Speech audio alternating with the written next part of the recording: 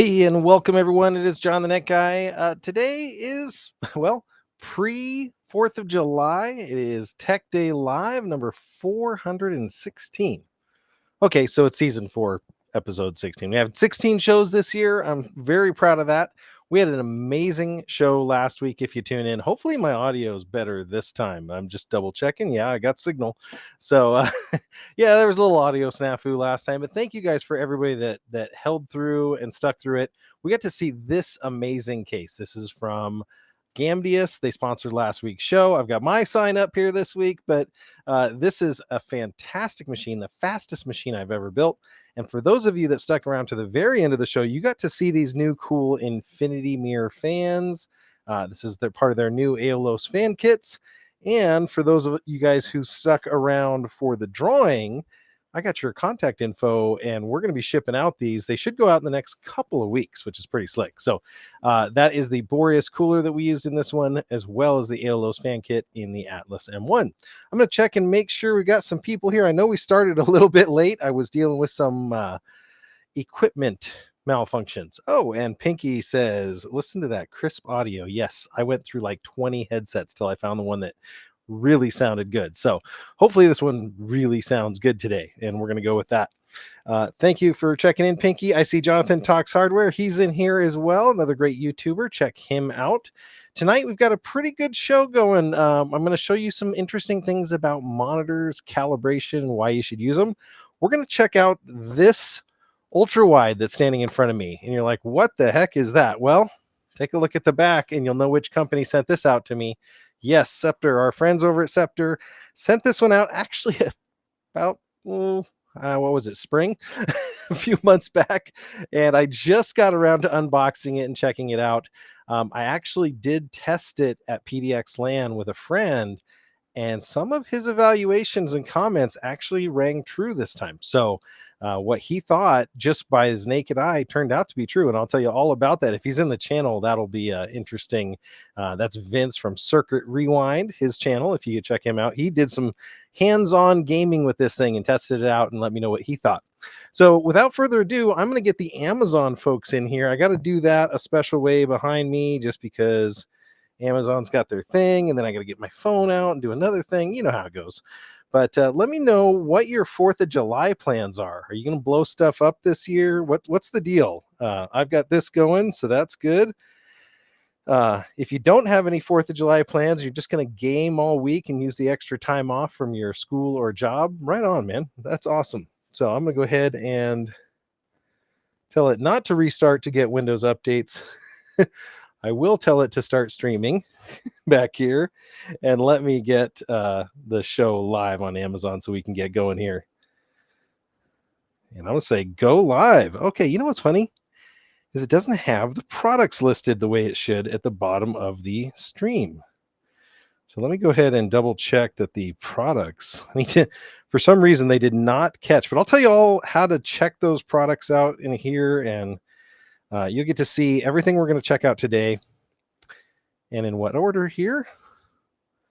Did that save? That saved. They were having some weird issues over on the Amazon today. So again, thanks Gamdius for supporting us last week with the live show and the live stream. I can't do this without companies like that stepping up, providing giveaways for you guys, which is awesome. So give them a shout out, and providing some cool products like this for me to show to you. So this is, again, one of their neatest ones. I really love that little display. I can't wait. I'm actually going to be swapping some machines around here, and so I can't wait to show you that. Let me get this out of the way here so we can show off some of the cool products, get the studio kind of set up. I did see in the background here, this is a cool idea. I'm going to go to an RV park and ride some four-wheelers. So there you go. Jonathan Talks Hardware is going to have a great weekend as well. Now, I could plug the monitor into this. In fact, I was plugged into it earlier to try out some gaming stuff. But what I want to talk to you guys today about is calibration, monitors, and why that's actually important. So regardless of whatever monitor you're using, it's kind of a little bit of an involved story, but it's really going to hit home. I'm looking at like 3 different monitors over here from my side. I wish I could kind of point them to you, but I've got a bunch of different monitors over there, and my color is slightly different in each one. So when I'm trying to tune my cameras and get everything just right, or when I'm editing video footage, it's incredibly important to start with a baseline. Now, imagine like a movie producer is making a movie and he's on a set of really tinny headphones. He's going to crank that bass way up. And then when you get into the theater and you're listening to that movie, the bass is going to be crazy. The same thing happens with color. If you don't have enough blue, if you don't have enough red, if there's not enough saturation, all of these things work together in a monitor to present a nice, clean picture. Your games are no exception, and there's a bunch of different color standards. So how do we check monitor color to make sure that it's accurate out of the box and it's going to be ready for the work that we do? Well, we got a tool for that. Now, my favorite tool for this, and some people have differing opinions, this is a data color spider. Now, I just happen to have the Elite Edition here. So that's the one right there that you can see. So the Elite Edition of the data color spider has the ability to do display analysis, which means it's going to be able to tell you if that display has the right color, what the brightness, peak brightness, all of the other settings are on it. Same thing with cameras. You might even notice I'm using a little bit of a different side camera today, and it may have a slightly different color profile. So you'll notice that as well. So the Data Color Spider Elite lets you go to that level. Now, if you have multiple displays and you want to match those displays, maybe they're from different vendors. I've had that where the whites don't look right across 2 different monitors, and it's really annoying. If you want to do that and get those perfect, you can use the Studio Match feature of the Elite. Now, if you just have one monitor that you're doing production on, there is the Data Color Spider X Pro. So let's take a look at these on the top down. And what's funny is I can't show you, can't do that picture. I can't show you the box inside yet because the license keys are there. But what I will do is I'll show you my unit itself. So this is the optical eye. Let me get this one out of here and I'll show you the difference between the Pro and the regular. So there's the Pro and the Elite. Now what's funny is they look absolutely identical.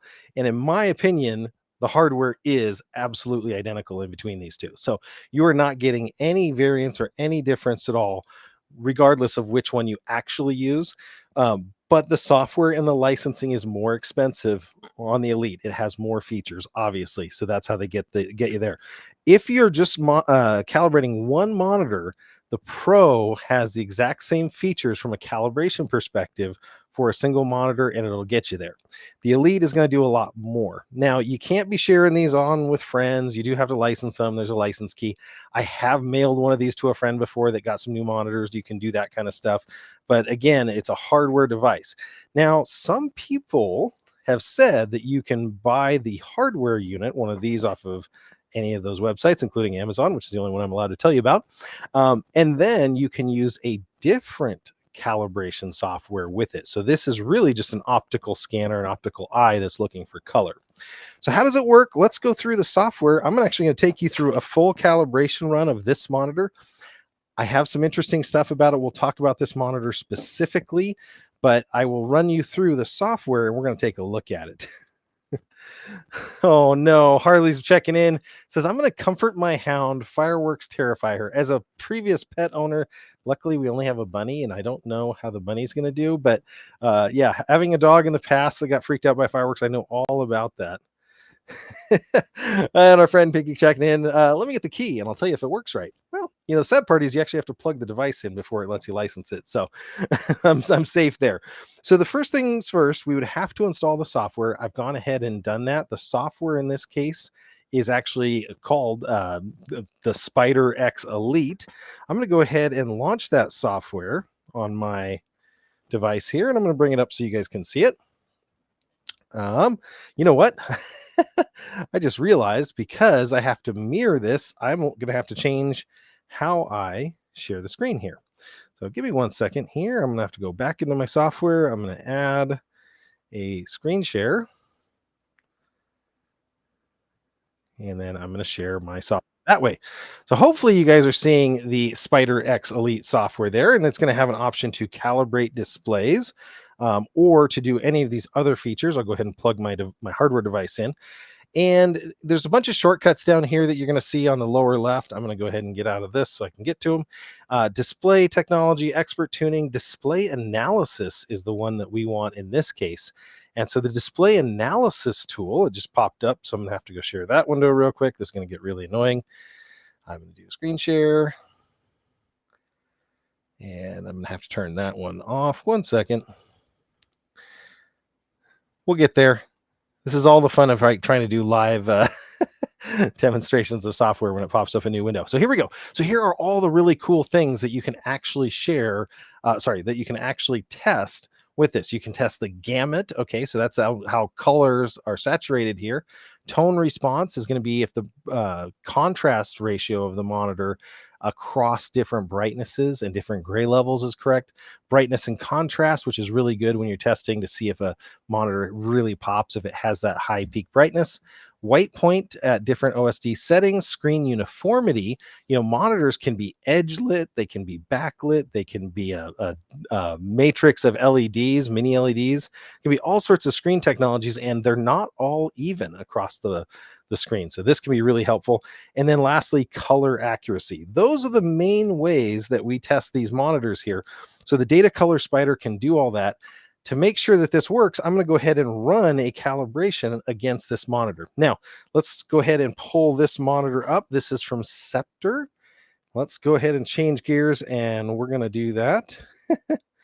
Do I know, Felicia is asking on Amazon, do I know of any AI home design software that's free to use? Unfortunately, I don't. I'm not in the software space right now, but that's a great question for anybody else on Amazon that's watching. Maybe you can help her with that question. That's Felicia on Amazon just asked that. So this is the 210 hertz, not 200 hertz, 210 hertz high refresh rate gaming ultrawide from Scepter. Now it's an IPS display, which is meaning it's going to have a lot of color, so a lot of rich color. That's great. It's going to have a very high peak brightness. I think it actually outdid what it's supposed to test at, because it did really, really good in the peak brightness test. So that's great. It does have some gamer-friendly features. It's got their logo lit up across the back. So if you're up against a wall, not many people are going to see that, but if you do have a space where somebody's maybe will see the back of your monitor, they have this white panel in the back. Now, I don't know if it's RGB. I don't think it is. We'll take a look at the OSD software. I don't think you can change that. In many of their other monitors, they have used the RGB. Another interesting thing on this is they've gone to a new style on here. And I'm going to have to do one little thing here, you guys. Sorry. I have like I said, a new camera we're testing out. First time tonight, we're testing this camera out. And I'm going to have to try one thing real quick. So there is the monitor itself. We're going to do a little bit of frame checking here.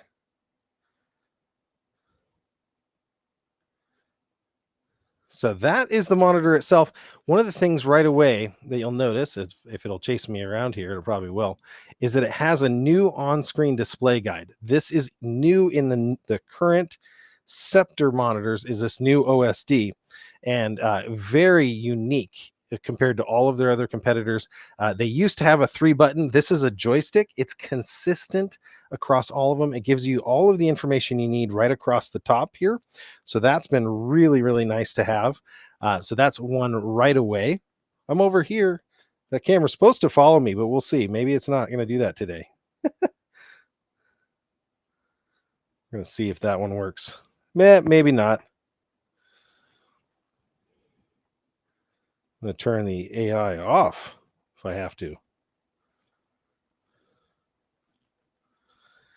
Yeah, it's not going to work with us tonight. Sorry, folks. We're going to go back. We're doing non-AI today.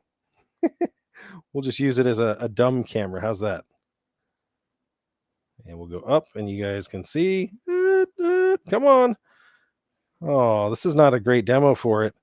It was looking so good, except it's really trying. So we're going to have to go back to the normal one. So on-screen display, joystick control now. So if I were to look at the back of this display, one of the things you're going to notice is going to have that on-screen joystick right here. That's going to allow me to do all the selection, turn the monitor on and off. Let's go over a little bit. We got VESA mounting capability. Now you can take this off and you can mount directly to this and have your VESA plate. It mounts really low. So if you have a gas strut monitor arm, this is awesome because it's going to let it go really high. If they mount up here in the middle, a lot of monitors still can't get that high. The nice thing about having a low VESA monitor mount is it's going to let you move that monitor up into your sight range, especially on a big ultra wide like this. It's going to have 2 HDMI, 2 display ports in here. Make sure that you're using the HDMI to get the HDMI 2.0 specs here, rates. If you're going to go with the 210, I believe you're going to have to be on the display port, but we'll go check the site on that. And then lastly, you'll notice it has an audio out. That's usually for your headphones. Another trick feature here, speakers. You almost never see speakers, and I've used these quite a bit to have speakers is a really nice feature there. So that's an overview of it. One other thing I want to point out is how thin it is. Look how remarkably thin that monitor is. They just keep getting thinner and thinner and thinner. Now you can tell that is a flat monitor.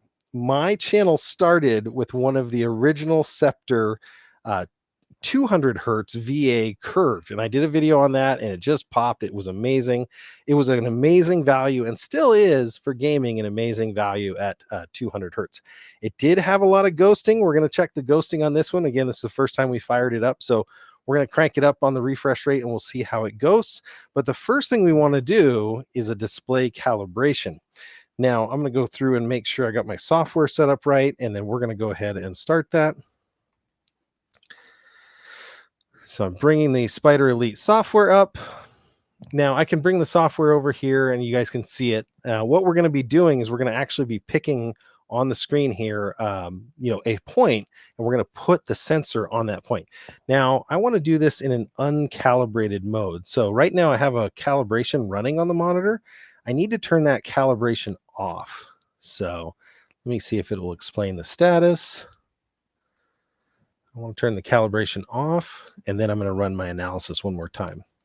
And that's just so that we get a pre-calibrated value here. And then we can calibrate it and we can test it again. So let me know in the comments if you have a calibrator and if you're using it. So perfect. It's ready to go. And we're going to bring this up and I'm going to show you how I would do a normal monitor test. Now, I normally turn the studio lights down to more of a reasonable room level, so it's not going to be as completely accurate, but we're going to go to the display analysis. We're going to assume this thing, and it has been running for a good half hour. We're going to check the gamut. We're going to check the tone response, brightness, contrast.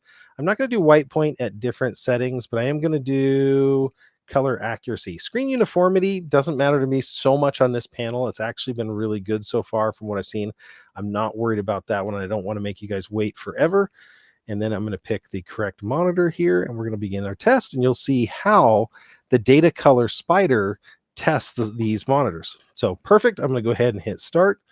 And then we're going to get this that's telling us to put the spider unit on the screen. Now, what's neat is the unit itself splits into 2 pieces here. So you can see I've split it into 2 pieces, and it fits over the top of the back of the monitor, and the weight of it helps hold it against the monitor. Now, if you don't have a good, correct seal against the screen, if you can't tilt it back enough to get that to hold all on its own, hold it down. Now, normally I would hold it down with a finger just to make sure that I'm getting good pressure on it. I'm going to hit OK.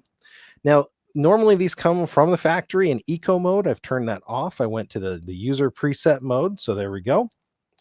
Now it's going to go on to the next one. Do you want to have calibrated different settings? No, we're not going to deal with that. We're going to deal with the default gamma setting. It does have different gamma settings that you can check. What it's doing now is it's looking for that color curve, that brightness curve. So some monitors, may be really dark, some may be really bright, and some just may look off. That can often be the gamma and having a difference there. So we're going to do the brightness contrast test.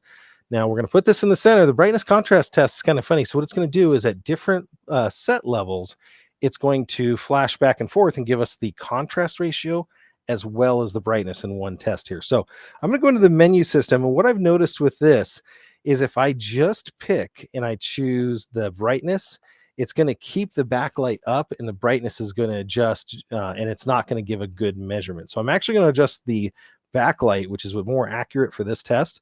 So I'm going to bring the backlight down to 0, which is reducing the brightness to 0. And then you're going to notice something right away. So I'd say measure this, and now it's going to flash 2 times, and it's checking to see the brightness and contrast at that. Now it's going to ask me to go up to 25, and then I'm going to measure that again. So that's at 25% brightness. What's funny is my camera, this is going to get so bright, my camera is going to be completely washed out. So I'm going to go up to 50%. This monitor has incredible brightness. Now let's talk about some of the things that maybe people were critical of. The monitor does not have a lot of adjustability in the stand. Talking to Scepter about that, this is trying to stay at a budget price point. It is around $219 right now. So give me 1 second here. Man, I wish that was working, but it is what it is. Let's see. There we go.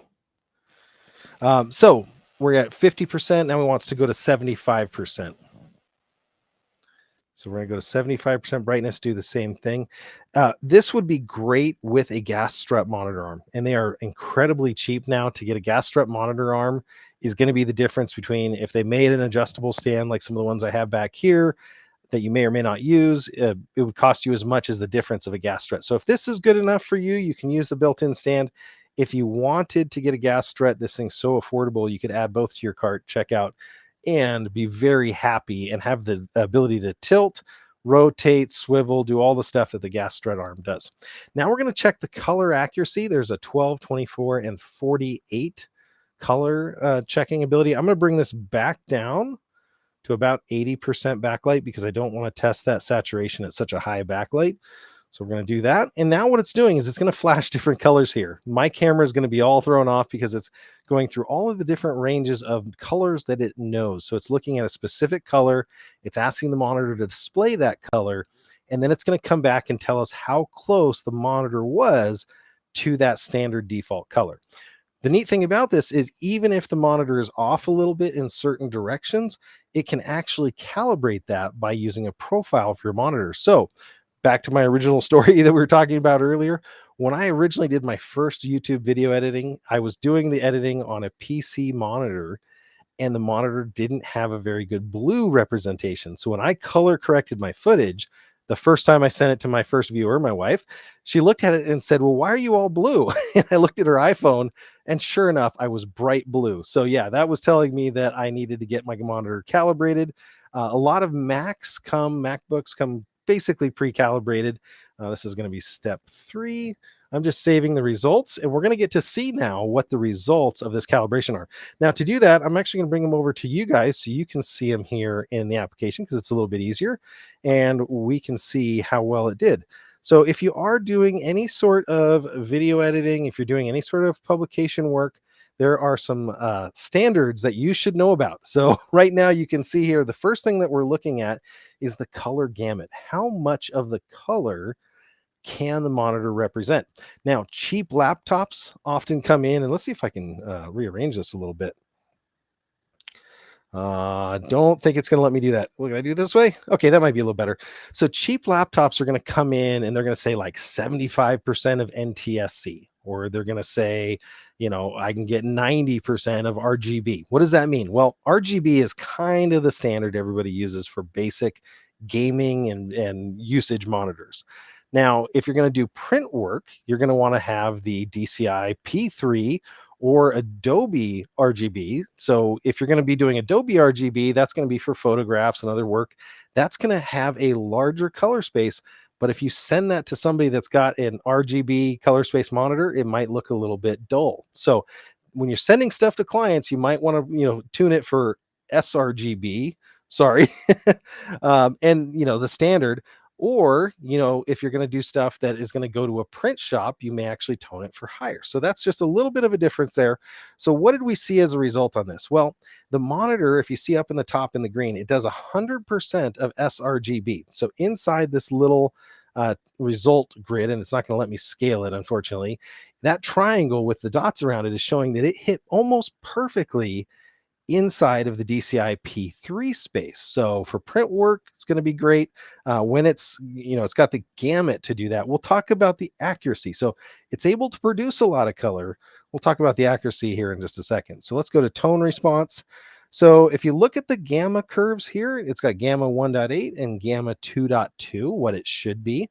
The data color says it's exactly at 2.2, except down here on the low end of brightness. So it's kind of crossed over a little bit, but if we go look in the on-screen display, we may see exactly what gamma setting it's set to. So you can adjust that. Let's go to brightness and contrast. Now, this was another test, and it blew me away. I know it may be hard to read there. I'll blow this up later when we do the final video. At 100% brightness, this thing's putting out 450 nits. That's an incredible amount for a budget monitor. Incredible amount here for an IPS, so it's very bright. That's one of the problems that IPSs don't usually do well in very bright rooms. They don't have a lot of peak brightness, but they have really great color. So it's kind of a give and take. And also contrast here comes out about 800 to 1. The contrast ratio on IPSs usually is about 1,000 to 1. So this is right in that result space that we were expecting. We didn't do that test. We didn't do screen uniformity. Color accuracy. So now here was the results of the color accuracy test. And this was what the other person noted. They said, hey, so it's got an average here of 2, but they noted that even though some colors are here very low, some of those primaries were actually way off, up in the 4s, it looks like, and that's the delta to the color. So that's how far off it was. So my friend Vince that was using this by the naked eye said, hey, this thing's off on certain colors. He was looking at photos. He's a photographer also. He was looking at photos that he took before and says, I know that the colors are off slightly. Pretty cool. So very interesting results from him. So what is the monitor rating overall? If you look at it, gamut, great. Tone response about mid. White point came in about mid. Contrast came up at 5. And the color accuracy, it gave it a 4 out of 5 on this. So color accuracy average of 2 is not bad. Again, if you change the brightness higher, it will actually start to fall off. I've seen numbers as bad as 10 on the brightness. So that is the monitor from Scepter. Again, 210 hertz gaming monitor. I'm going to go ahead and plug in the UFO test real quick, and we're going to check for ghosting since this thing's been running for a while. Give me 1 sec to plug that in. And if you have any questions, this is a completely live show. Feel free to ask away in the chat, and I'll do my best to answer them. So how would I compare this to the Scepter 30-inch curved VA panel? Well, the curved VA panel has some serious color shift issues, and I brought that up in my original review. There we go. Give me 1 second. That was pretty funny. My speakers turned back on because I switched applications. That's pretty cool. Okay, there we go. I'm back and I'm here and I just booted up my test machine. I'm going to try to get behind here and nobody will know my super secret password that I had in here. And we're going to go to the UFO test. What's the UFO test, John? Well, the UFO test is where we can take a look at ghosting. So ghosting and overdrive and all of those things are how the monitor processes pixels and how it shifts from one to the other.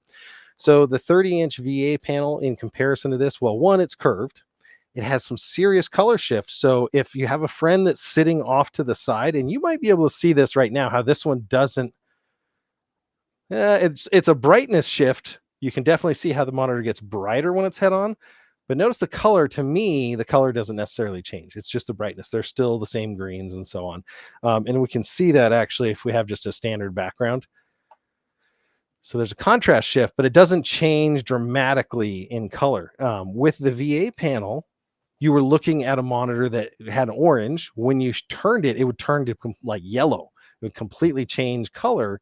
And then, it would come back. So if you're going to be in an area where people are looking at this at an angle or off to a side, or maybe you're gaming with a bunch of people in a room, this one's going to do much better than that VA panel. So the other thing I noticed very quickly, and we'll have to set all the settings. When you get a monitor like this, one real quick thing, go into display settings, go to advanced display settings for refresh rate, and crank this up. So I'm going to crank it all the way to 210. It defaulted to 60. It's a crime if you buy one of these really nice high refresh rate monitors. And you'll notice if you've done this a while, my cameras aren't going to pick it up, but I noticed that like that movement is very jerky, and I can see the text as it's moving around. So it's jerky for you guys, but it's smoothed on this end when I have it at the higher settings. So let's go back to the browser. Now this thing is just flying. It's trying to hit that 210 FPS. And you know what? I have to say, they did an amazing job of this. I'm going to grab my phone and I'm going to try to snap a picture of this. And what that will do, because of the shutter speed and everything, you'll get to see, if I can capture this right,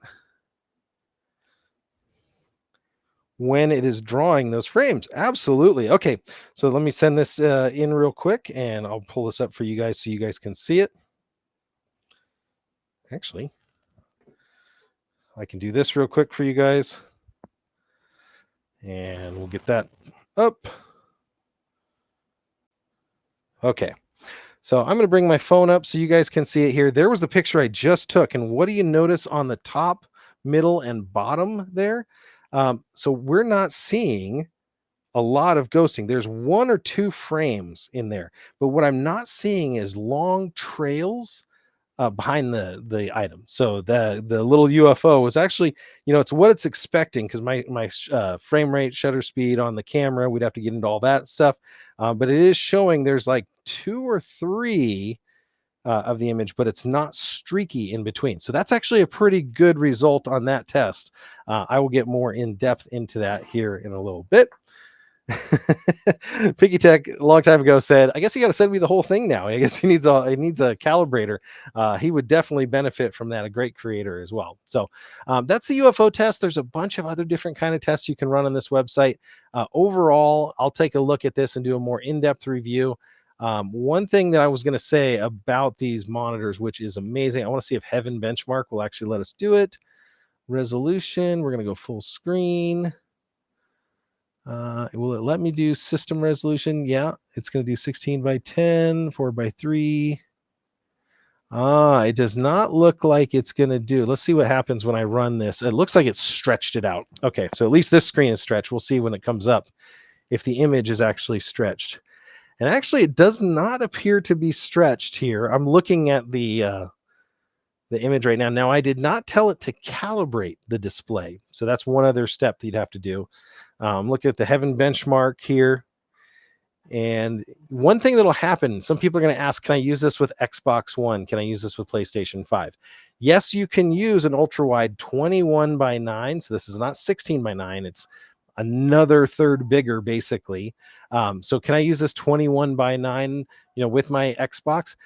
Some games will support it, most do not. So they're working on more ultra wide support. So if you're a console gamer, I would not necessarily recommend this as your monitor. Now, if you're a PC gamer, I'm listening to the speakers. This is great. I'm hearing the volume of them. That's really easy to change. So again, I'll test the speakers out for quality later, but the fact that it has speakers and a monitor in this price range is pretty cool. I'm also going to change the brightness down so that you guys can see it a little better while it's running. Like I said, I've been complaining about the on-screen display, and I love the fact that they've gone consistently in their new models to this joystick version. So overall, there's a little bit of glare. I'm in a super bright studio with big lights, but not bad. To get more depth, better blacks, a lot of times will make a really glossy screen. To me, this doesn't look super glossy, which is nice. So there we go. That is overall the monitor. Now, one thing you'll notice here, if I can point it upright to the top down, that on-screen display is showing me that I've got 210 hertz here. So I am at the full refresh rate, and I'm doing 2560 by 1080. That's definitely something we need to talk about. There's the overdrive settings and the AMD FreeSync. And I don't know if this will do NVIDIA G-Sync also. Most times they do. If they'll do one, they're available to do the other. There's not usually advertised because of licensing for the NVIDIA side, but usually if it does one, it's capable of both. So let's talk about this resolution. Now, my ultra wide monitors I've used in the past on the channel, and even the one Scepter makes, they have a 3440 by 1440 resolution. So that's still 21 by 9 aspect, but it's essentially two 720p full HD monitors together. This one is 2560 by 1080. So what they've done is they're going to have in this, they're going to have 2560 pixels, still only 1080 high though. So that's one of the nice things about it, is that it's not going to be as hard for your monitor, your video card, to drive this monitor as it is for some of the other ones. So if you got a 3440 by 1440 panel, you're going to have a lot more pixels to drive. Now, is the image going to get dramatically clearer? Probably not on 30 inches. So this is a great size, still fits on most desks. You don't have to go with two monitors. You can go with one still. Another interesting thing, and I'm going to exit out of this, that I do like about these is if you have two web pages up, let's say. So I'm going to bring up, did they finally take out WordPad yet? No, not on this one. I can bring up two applications side by side. So in this case, an ultrawide, in my opinion, is really good if you're doing first-person shooter games and maybe you're still in school and you need to do some work in between. So I've got my document over here that I can write, and I can do my research in the side monitor, and I don't need multiple monitors. And you can do all the docking features in Windows to do that. So hey, Paul, welcome. Good to see you here. Glad you were able to make it. We're taking a look right now at the Scepter 210 hertz IPS. This is new for 2024. It is a gaming IPS. Now, color accuracy has been, off on it a little bit when I started. That's something most people may or may not notice that.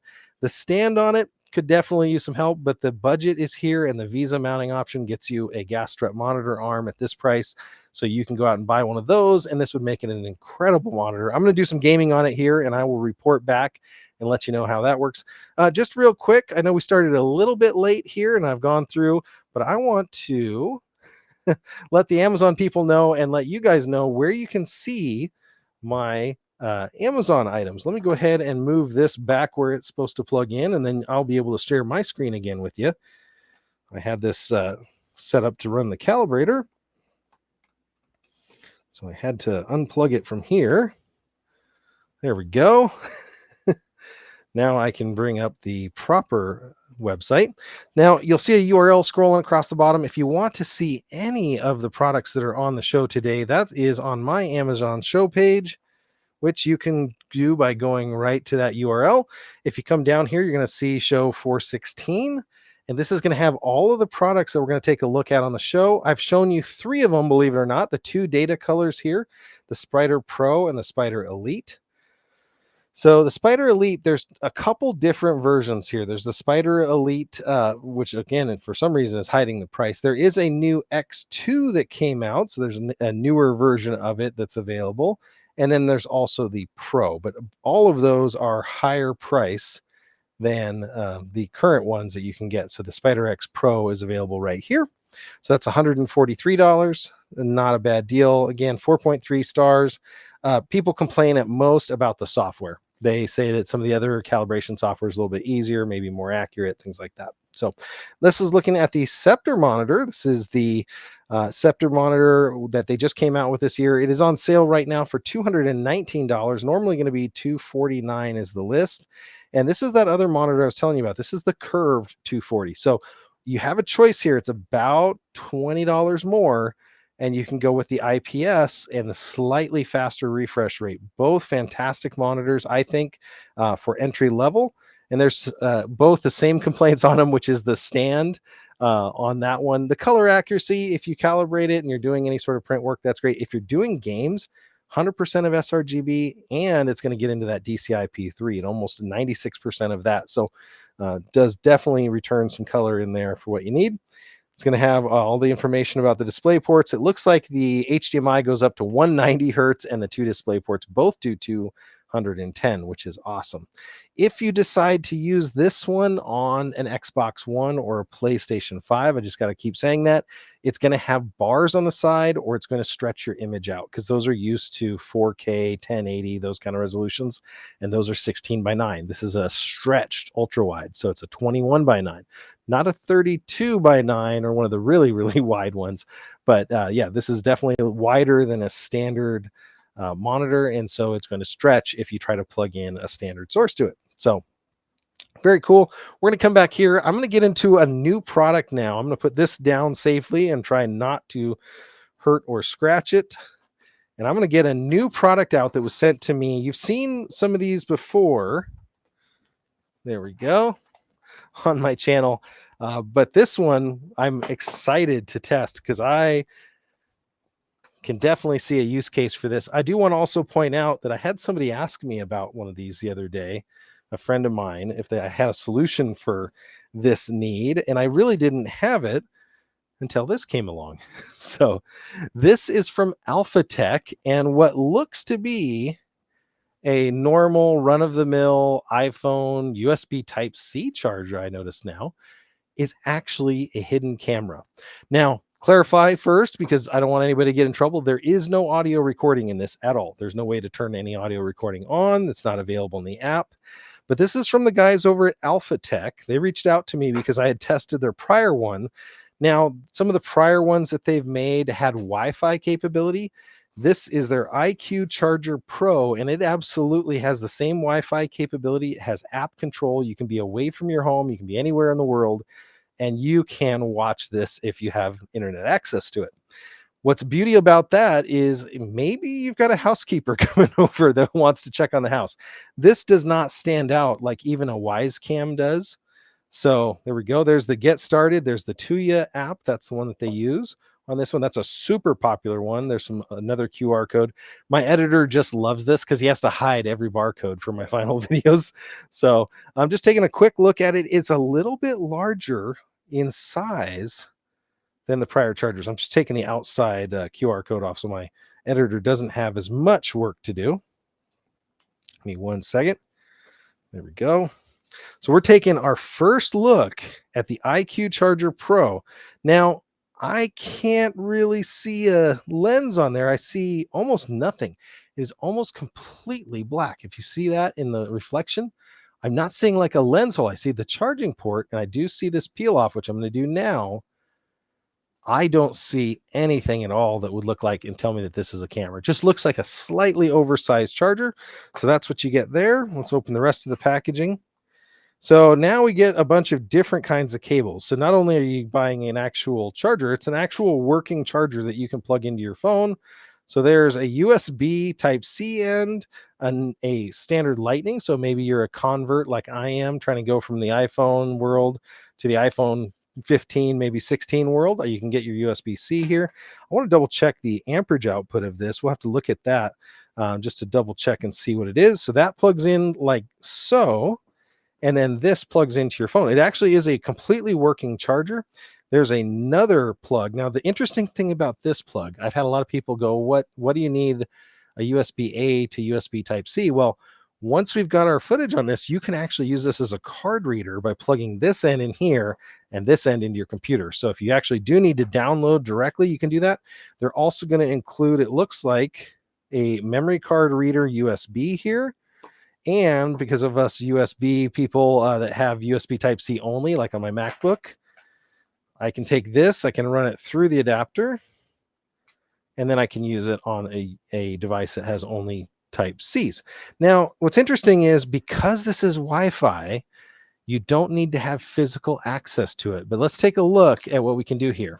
There's a reset tool. It looks like a SIM removal tool, as well as 5, is there 10 or just 5? 5 of these covers. Well, where would I need to use this cover? If we look here, all of your settings in here, there's loop recording, motion recording, that's the L or the M that you might see right there, that little switch. So we can say only record on motion to save yourself some storage, or record all the time by being on that loop mode. Once we're done with that, I can take this, once I've got all my settings and I put my memory card in here, I can just take that and I can cover that over. And now it's saying that it's 5 volt, 1 amp. So not a super strong charger if that's really the output on it, but that covers it up and nobody is the wiser. It does not look like a hidden camera here. Like I said, you can't even see like a lens on this one. So now I did bring, I believe, the cord that we're going to need. Where did I put that? Oh, see? That's the kind of day I'm having. Well, let's do this. I'm going to go ahead and unplug this. because this needs a regular old outlet, I'm just going to use this outlet, but this would normally plug into a wall outlet, but I'm only going to use this because I need to have something to plug it into. So I'm going to go ahead and plug it into there. There's no indicator lights or anything on this one that I'm seeing. Again, still, I can't even see a camera on there. And I'm going to go ahead and take my phone and I'm going to plug it in to their app. Let me get this just at an angle, I know which way it's going to be. I'm going to go ahead and scan the QR code with the Studio iPhone, and we're going to open the Tuya app here. So what would that look like here?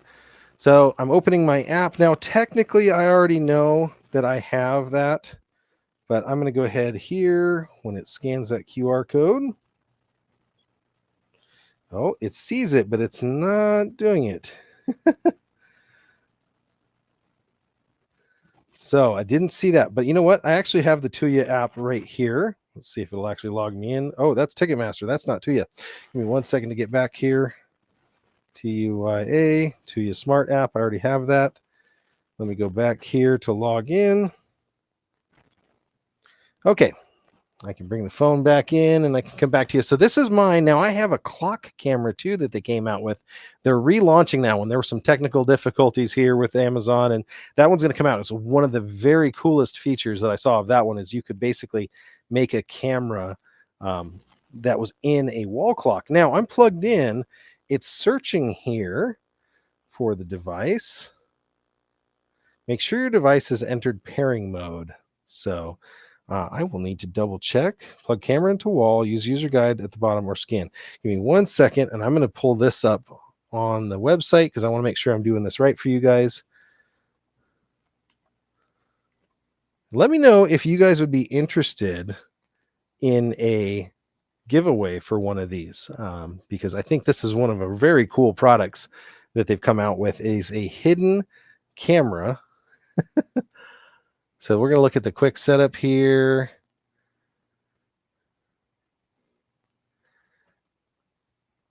Okay, we plugged it in.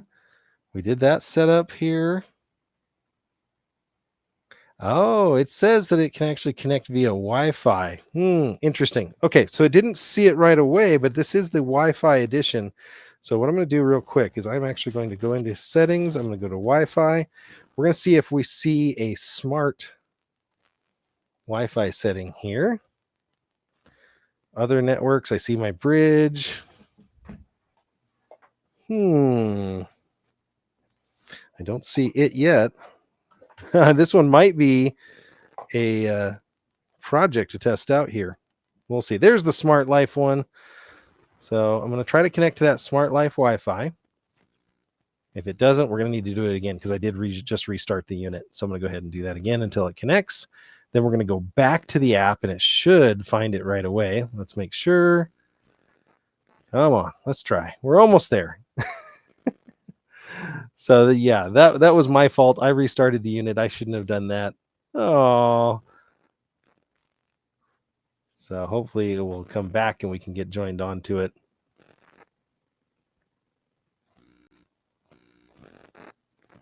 We might have to come back to this one. Don't want to make you guys wait here forever on this. It did pop up there for a second, but again, I did restart the unit. So we'll see if it decides to show up here in a second. And we'll give it a second. So let me know in the chat if this is something that would interest you if I was to do a giveaway for something like this. Definitely these kind of cameras, again, use them carefully. Make sure that you're using them for honest purposes. I have seen cameras inside of clocks. I've seen cameras inside of stuffed animals. I've seen a camera inside of a smart vacuum. That would let you go see your house just through the smart vacuum. You could drive it around, which is pretty slick capability there. So I'm just going to give it one more shot here to see if it does pop up. It did pop up that Smart Life Wi-Fi. I'm connecting to it right now. Let's knock on Teak here and see if it'll actually pop up. Okay, so I am connected to it. I'm going to go back to the Tuya app. I'm going to add a device, and now we're on the same network as that one. I'm hoping to see it come up here. And we'll see if it can find it.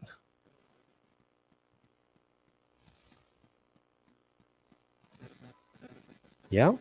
Turn on I got to turn on local network access on this one. Man, there's a lot of steps on this one.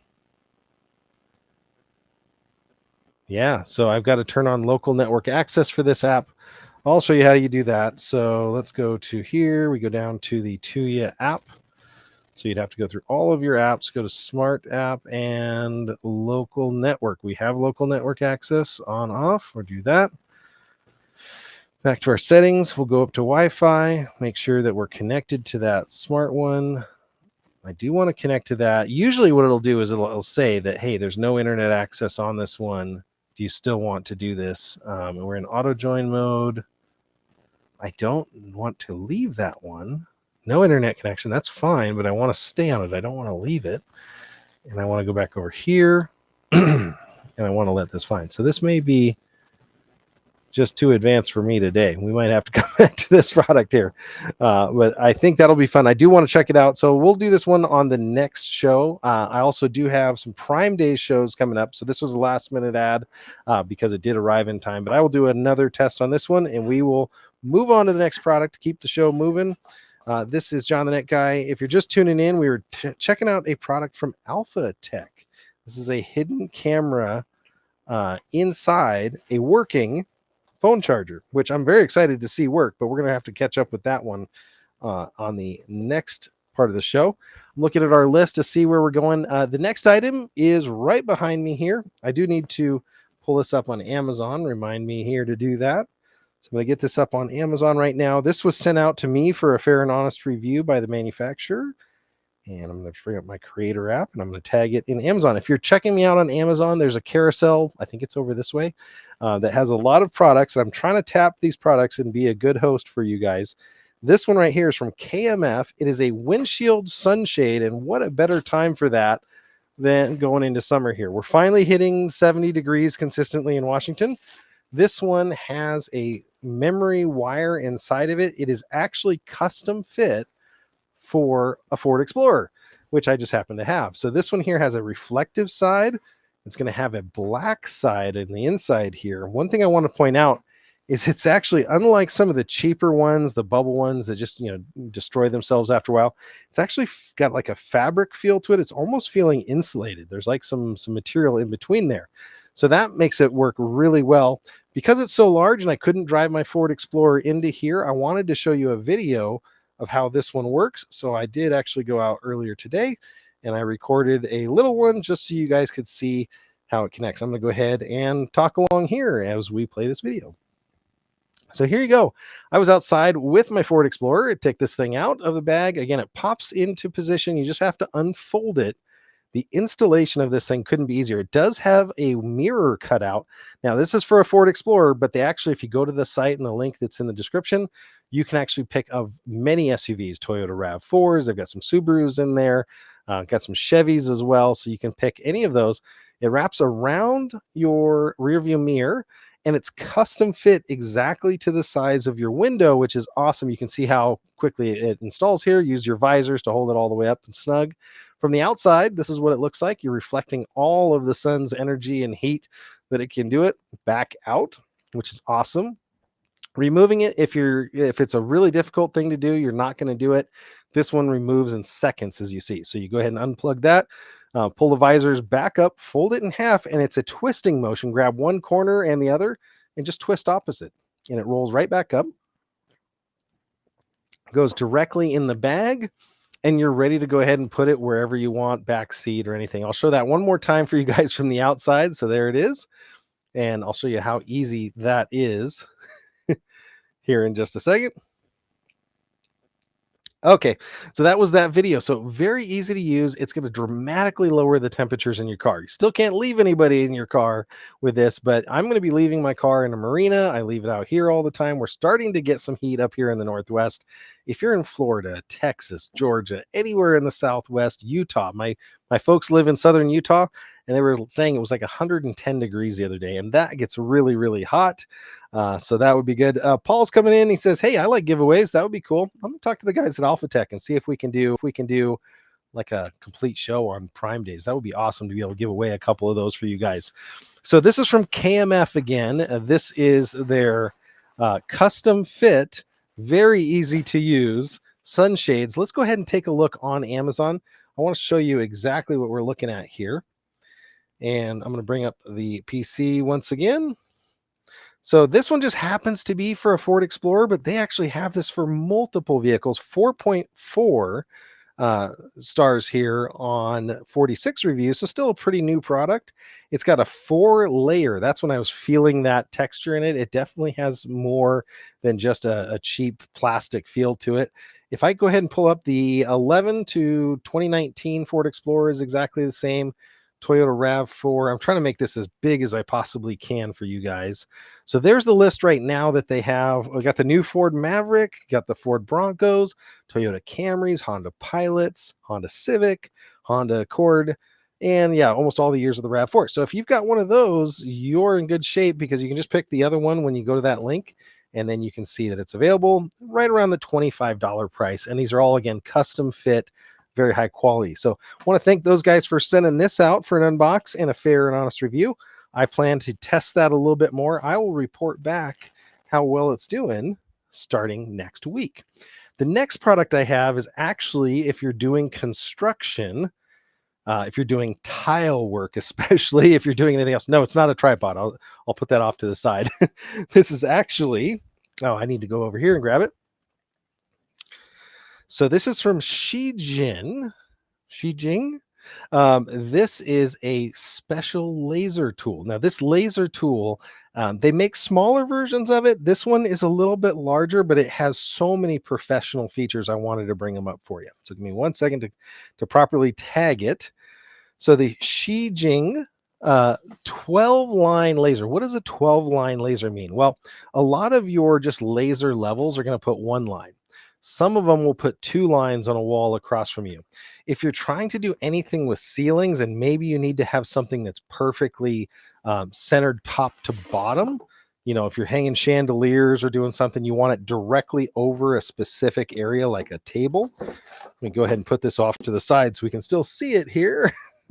Let me open this up and show you what you get in this thing. This thing can put out 12 different guidelines at the same time. Very bright green laser capability. You're not going to be hunting for batteries because the batteries are built in. It's also wirelessly remote controlled. So here's some information about it. There is a user guide that talks about it and all the features that it has, some warranty information. I've opened it up. Obviously, these were all really pretty and nicely bagged. This is the main unit. So again, not as small as some of the other ones. It fits in the palm of your hand. But what's interesting about it is it has 3 different axis laser mirrors here. It's going to have a level adjust. So you can take this and put it here on a table or another piece of a job site. You can adjust these legs to get micro perfect leveling.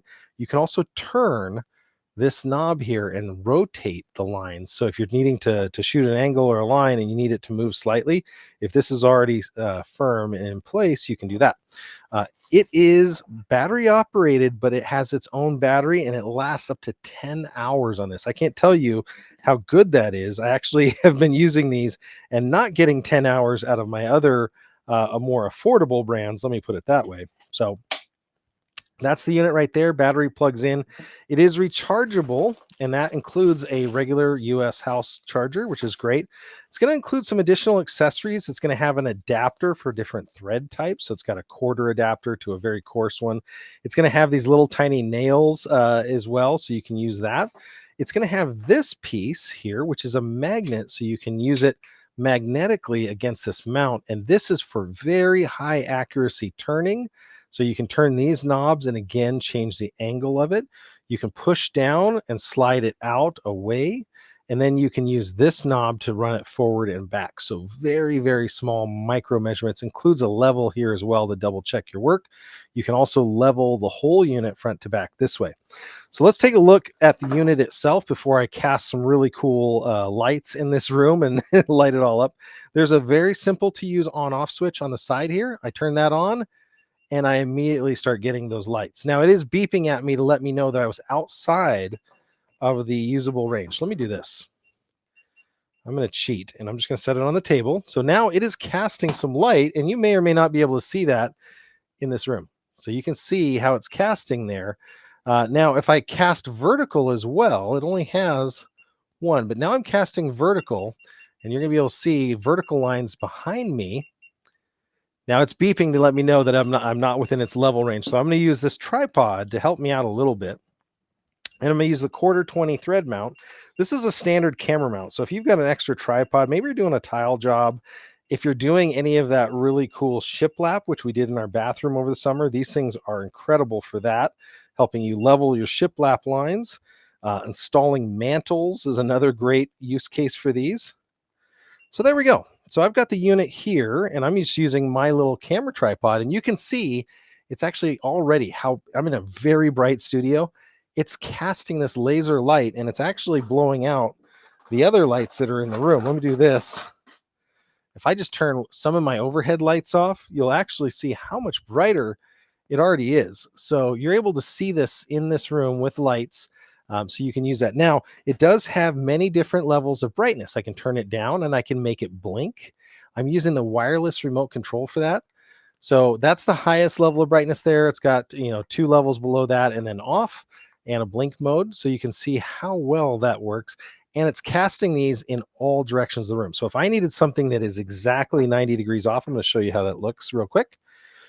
So it's casting straight down onto the show table and blinding my show camera. So it's casting a square that's actually on the table itself. It's casting that same square onto the ceiling. You can't necessarily see that, but there's actually an equivalent square that's right on my ceiling.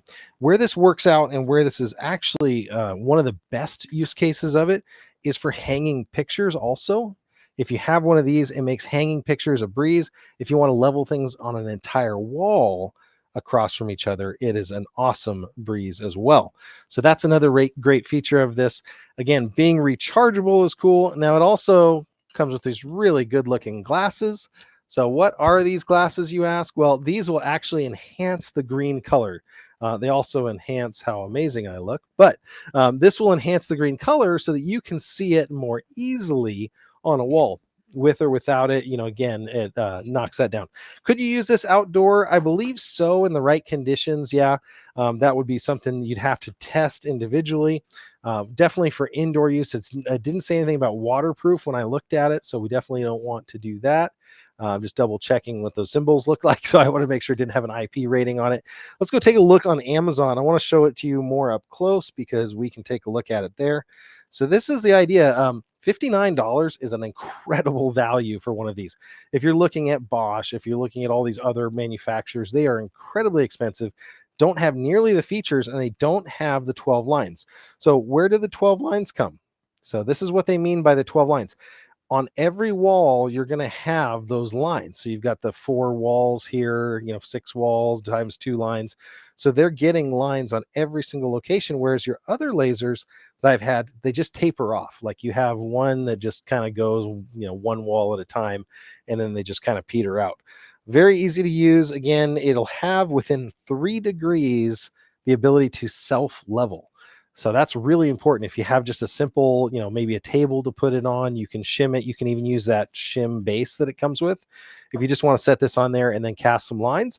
If you want to use a tripod or other feature, or you want to use the wall mount, that wall mount, you just tap a couple nails on it. If you have something that's strong metallic, it can mount to that. But that's the wall mount capability here, so you can do that. The thing that really is cool to me is the remote control. So this remote control is something that none of the other ones I've ever used have come with, which means that if you're working on it and you don't need the line, or you don't want the line in your way, you can very quickly turn the lines off. So with a push of a button, you can do that. You can change the intensity.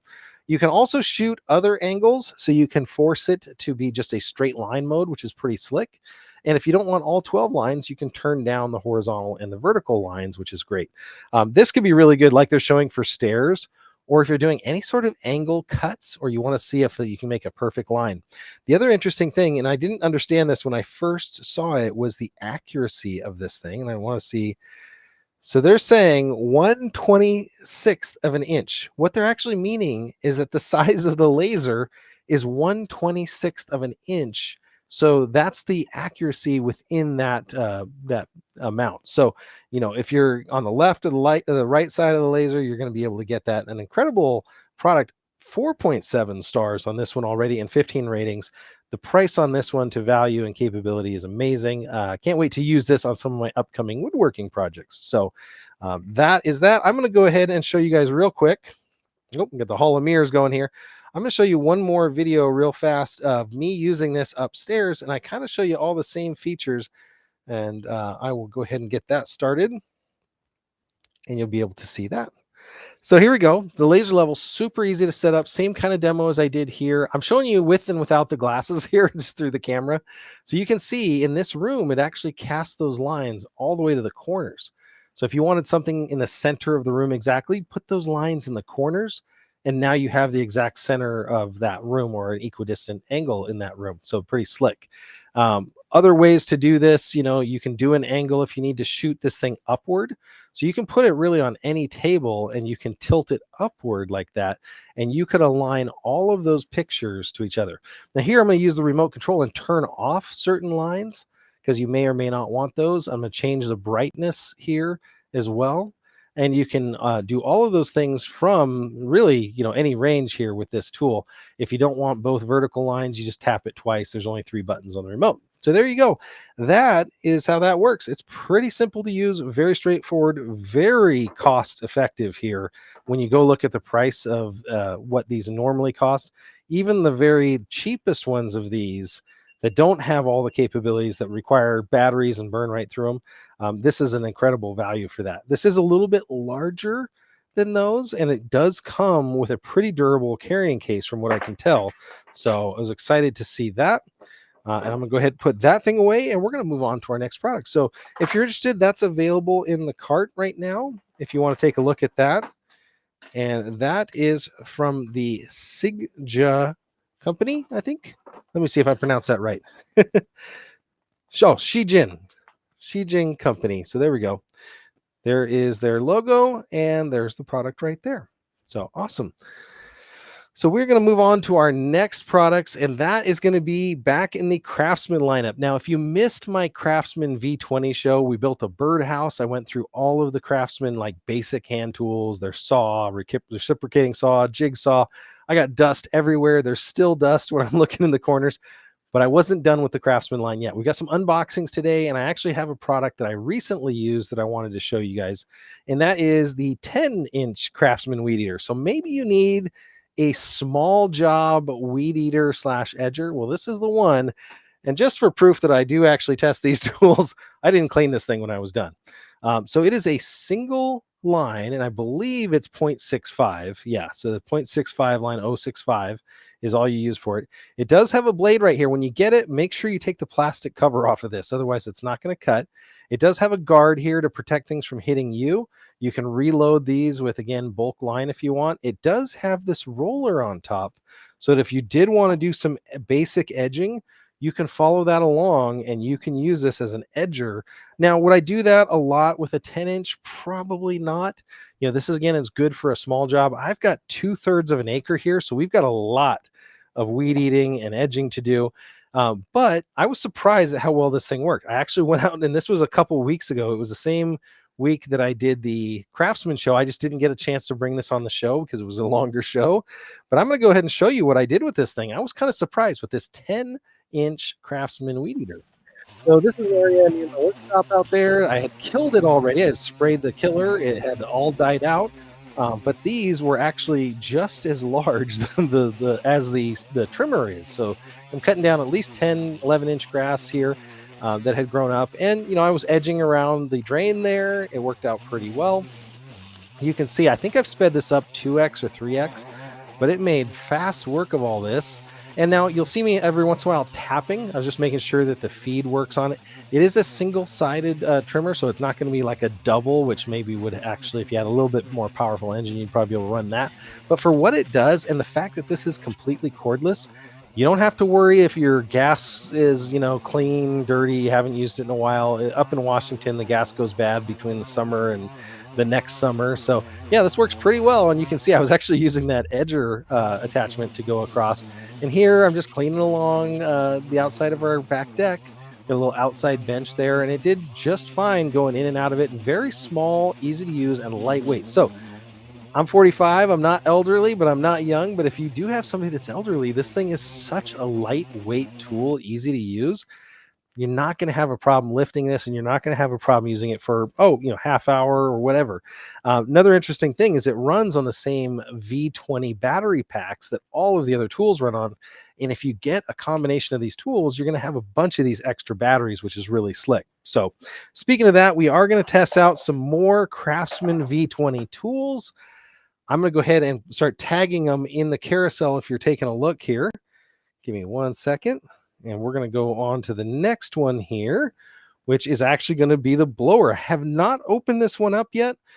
This is their Max series. So they usually have an RP, so runtime performance, but this is their Max series hard surface blower. So, they have different versions. They have over 100 tools now within this, and I'm getting ready to basically switch off of gas tools. I still have a gas riding lawnmower, but Craftsman or Ego, if you want to call me, I would test out one of your riders. So here we go. This is what we're looking at in the box. We're going to do a quick unboxing of it together. Zoom you guys out a little bit. We're going to see what's inside this thing. I was trying to figure out how they fit such a large device in such a small space. Well, there is one part of it. I love that it has the V20 lithium ion branding on here. So there's the blower. It's pretty cool. Now, this one does include a battery and it does include a charger. It's not the fast chargers. So I would recommend having a couple extra batteries. That looks pretty cool, I have to say, right out of the bat. It is pretty light, and you can see the fan blades down there. With my boat, we've got a lot of bilge fans and vent fans. That looks like about a 3.5-inch fan, but I'm guessing it's a high-speed unit here. What amazed me is the runtime on this. We'll have to take a look and see what that. I believe the runtime on some of these is incredible for what you get. Now, this happens to come with a charger. I'll tell you, this is one of their lowest speed chargers. So if you are going to use a tool like this a lot, go ahead and drop the batteries in your other chargers. So I'll tell you why. You'll look at the output of this is 20 volts, 400 milliamps. So this is like an 8-watt charger. So if it's going to do 20 volts at 400 milliamps, if the battery is a 2 amp hour, which is the smallest, this one actually includes a 4 amp hour. Divide that out, even without charger inefficiencies and all that, you're looking at 10 hours to charge this battery from flat. So that's something you should look at. It does come with the more expensive 4 amp battery. Now, these batteries are going to be the same regardless if you buy them in the kits or not. The charger, again, is the lighter version. So you're going to go ahead and slide this in there, and you've got the charger. I don't know if this one also has the VersaTrack mounting system. I think it does. Let's take a look at that. That's that little rail there. So Craftsman has a VersaTrack system. Before I put the battery in, I am going to assemble this real fast. So I'm going to go ahead and snap these two together, and then we're going to see if we can blow some paperwork around the studio, because that will be just fun, right? I don't have anything specific to blow around here, but that's the unit itself, a V20 battery. Now, the thing I like about these batteries, it's going to show me that it has really low charge. Every single battery has the indicator on it, so you'll see that right away. We're not going to use a ton of this. I'm just going to show you that it does work. So here we go. Can we blow our studio lights around? It is definitely working. So there you go. What do you expect? It's not too loud. Oh, here we go. I got to have this shot. Did it all for the gram, I'm telling you. So there you go. So that's their hard surface. Basically a powered broom. You can use this to blow dust, dirt, anything out of the way. We have gravel that gets on our driveway all the time. And what's funny is I use our leaf blower, the backpack version, to do that. This will be really neat because I can just grab a battery, throw it in this, and I can, with a very lightweight tool, go to town out there. I'm going to take a look real quick to make sure there was no other accessories, and we'll see if it'll actually tell us the stats on this. I'm interested to see if it'll actually show me the wind speed that it does, because a lot of them either go by CFM or miles per hour. So I don't see that in here right off the top. And I do want to check on the VersaTrack mounting here. So we're going to take a look. Oh, there it is.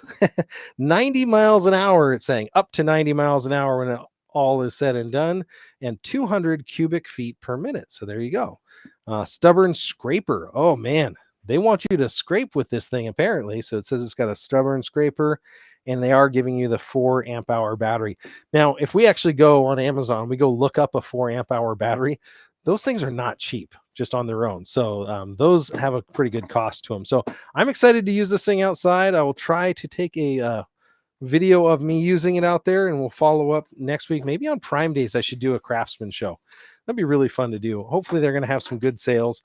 I might have to go look at some insider stuff and see what they've got. But again, that's a pretty good value here. Again, if you're buying into a series like this, they all share the same battery system, which is great. Whether or not you have the RP tools, the lithium batteries are exactly the same. So we're going to use this battery when we test some of the upcoming ones.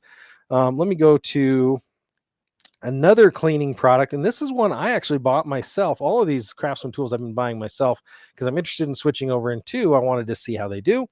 Let's take a look at this one next. Now, as a computer guy, I am assembling computers all the time, and I can tell you I drop screws and heavy stuff. We'll see how this does. This is their light job tool. This is a vacuum. Now, I showed you their 2 amp 2 horse wet dry portable vacuum from the V20. Amazing. I've been using that on my boat every single time we go out. It's been great. I'm going to go ahead and open this one up, and I'm going to show you what's inside of it here. So again, part of the 100 tool V20 series. There's another interesting thing about this: 3-year warranty. So most of the tools you used to buy, you'd be lucky to get any warranty on them. This one's got a 3-year warranty.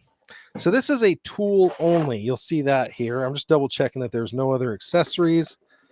Looks like they just have filler boxes here. So I don't want to make sure I'm not going to miss anything. And then lastly, you're going to get the Craftsman, the standard guide here. If you can't turn this thing on without that, you probably need to get help.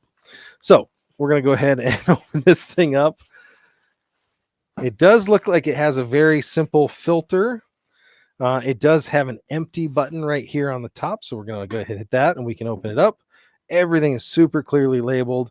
That almost looks like a HEPA filter. Pull to remove. And is that separatable? Yes, it is. So there's how we separate all the levels of filtration. I love the fact that it has this intermediate filter. And I'm going to show you why, because we're going to go ahead and scratch the snot out of this thing in just a second. So we're going to do a quick test on this. I was thinking, like, what could I test it with? I could test it with coffee grounds, test it with all that stuff. Well, I'm a nerd at heart. So we have computer screws, right? So let's go ahead, and I don't want to mix them just because there's plenty of different types, but you know, maybe we could dump out a bunch of these. These are mini case screws. They're heavy enough, you know, they should be representative. So those are all the fine thread. Now it does have this little duct here that you can put on to get maybe within keyboards. I could see that could be a little bit finer. Neat thing is you can use the 2, 4, or higher amp hour batteries. So that's what it looks like. Ready to go. There we go. It's got suction. Not bad. And actually, what I like about this, I'm going to turn it off so hopefully you can hear me some more. What I like about this, they're not rattling around. I've had other ones of these that do a cyclone action, which is great, but they actually just came in to the inside and then they stopped. Now, if I open this up to do an empty, they're not falling out, which is good on their own. They are getting trapped, which is kind of cool too, because the way that the air flows in this, it comes in right about here and it drops down. So it doesn't fall out. I've had other small vacuums where the stuff will fall back out when you turn the suction off. So there you go. I got all of my tools back. It looks like a little extra static in there, has a little piece of plastic. So yeah, not bad. It was able to suck up all of those screws. So pretty good demo on that one. It's definitely going to be for smaller jobs, but I could see this being used around the house a ton. Super easy to open and use, and looks pretty durable. So again, that's from the Craftsman company. They're calling it the Cordless Hand Vacuum. This is the tool only kit on that one. Not a bad showing. Taking a quick look at the chat, see if we have any other questions. Nobody's asking anything, so we're going to move right along and get to our let me look here, make sure I had everything in there. Yeah, this is our last product now that we're going to use today.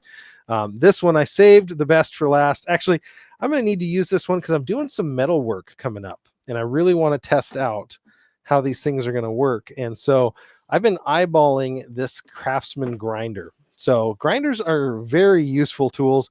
Oscillating tool is one of my favorite, but I actually bought cutting wheels for this. I bought flapper discs for this to make it, knocking rust off a little easier. And then I got a collection of grinding wheels I'm going to test out. I'm going to save those for a future show, but we're going to do an unbox real quick and we're going to take a look at this. This is the small grinder that they have. There's a 4.5-inch grinder. It does have the same 3-year Craftsman warranty, which has got me excited about this whole series and all of these tools that have come out from Craftsman. Now, Craftsman is an American iconic brand, but the tool company has been purchased by Stanley Black & Decker. So these are all, again, made by the same company in the end. I'm going to pull out here, make sure there's nothing else. Oh, there's a couple tools, and it looks like you're going to have your grinding wheel. So a couple interesting things that are unique about this one I'm going to talk about as we go, and then we'll take a look and make sure we didn't miss anything. One of the unique things about this tool specifically is the positions of the handle. So it's got a 3-position handle. So sometimes you're cutting a lot and you wish that you had fairly heavy tool. Actually, I'm just noticing this. All of the weight is on the end. So when you put a big battery on it, that'll be good. So sometimes you don't want to hold like this. Maybe you want to hold like this because you want to keep the blade away from you. So we're just going to take a quick look at this. So this is what they're calling a 3-position handle. Now they said a toolless design, but that might just be the handle because I see a wheel here. Okay, so you can actually, if you're doing a lot of grinding, take a look at this straight on. If I'm doing a lot of grinding and I want to hold it with the handle up top, I can do that. And I can keep this way. If I want to grind and I'm grinding this way, I can do that. Just looking at the arbor here. Okay. So there, reverse thread. I'm just grabbing this arbor. Let me show that on the top down so you guys can see this. So if I want to load this up with a cutting disc or something else, this button here is going to stop the rotation of the center spindle here. There's going to be those holes. I'm going to line them up with this tool, lefty loosey. I did that, and I can take off this end nut. Now, the way this is designed is it's grinding. It's going to actually be tightening it down. So this is an abrasive disc, so I'd be using this to grind stuff. And it looks like this is going to be collar to center it. Just getting that lined up, making sure this is going in. And I'm still going to use that button here to help hold it. And then I'm going to tighten this very tight to make sure it's not going anywhere. And it's designed to tighten as it works. Now, you can remove the shield. I wouldn't do this except for cleaning and maintenance. You can flip that up and remove the shield. You can also adjust the angle of it. So if I'm cutting like this, I could adjust this shield to be like that. I can cut that way, right? So showing the angle and the direction of rotation. So if I were to be grinding this way, it's going to go head off. Does look like it has a safety lock, which I like. And that actually completely locks out the trigger when you push that. So that's another interesting feature. Let's grab a battery, make sure it fires up. And to do that, I am going to turn on the safety squints. So I am going to put on safety glasses and we're going to take a quick look and hope that it doesn't take out a monitor. So here we go. I'm going to go ahead and got that locked. Batteries locked in. Tool spins up. You can see on the bottom. There we go. Very well balanced. You know, it's funny. It was very top heavy before I added the battery, but it actually holds the battery in real well. Another interesting thing about this is it does have the Craftsman VersaTrack system. So what's the VersaTrack? Well, all of the tools have this little screw hole, and you can get the VersaTrack adapters so that you can hang this on your wall, and puts all the weight on the wall, and you can very easily remove it, and the VersaTrack stays out of the way. So this is, again, their 4.5-inch small grinder. You can use it with cutting wheels, abrasive wheels, flapper discs, things like that. But overall, pretty good value. I'm going to take a quick look at Amazon and then we'll wrap things up. It does have kind of a forward cant on this handle, I'm noticing too, as I'm threading this in here. So I think they're trying to get you to balance your arms more. A lot of tools are like this. Let me show you what that looks like on the top down. So this, you can see that forward kind of cant on the handle. I didn't bend it. It was like that. So I guess if they're wanting you to work, they're trying to separate that weight across your shoulders, which is actually probably a smart idea. I haven't done a ton of grinding, but looks like an interesting way to do it. So That was from Craftsman. We're going to take a quick look at the Amazon page for that device as well, and then we will wrap up. But hopefully you guys are going to have a safe and happy 4th of July. This is the Craftsman. It's available for $47.20 right now. Not an expensive addition to your collection here, if that's what you're looking for. So good deal. It has got 4.7 stars on 2,310 ratings, and it's $47.20 right now. It's 26% off, normally $64. That's what the tool looks like. You're going to get a grill guard, a spanner wrench, a grinding wheel, and the small angle grinder from them with it. 8,500 RPM motor is what they're telling us, and that weight was in the cast metal housing up there. So that's what we're looking at. So again, that's been the show today. I'm going to go back here and make sure there's no questions. Thanks everybody for tuning in. I hope you have a wonderful holiday, that you celebrate and you celebrate safely. I'm going to catch you guys all in the next one, and I will see you on Prime Days. That's coming up. That is actually going to be on July 16th and 17th. If you've been opening your Amazon app, you've seen that flipping over. They do their little unbox thing when you start it up. So I will be live at least one, possibly both of those days. I'm going to reach out to some of my brands and see if they would like to do some shows there. Specifically, Alpha Tech, I'm going to play with that one because we didn't get to do a full demo of that. I didn't get it all the way set up, so I want to test that one out. See if it was one of my settings. We'll figure it out and we'll go from there. But thank you guys all for tuning in. I will catch you guys all in the next one. See you later.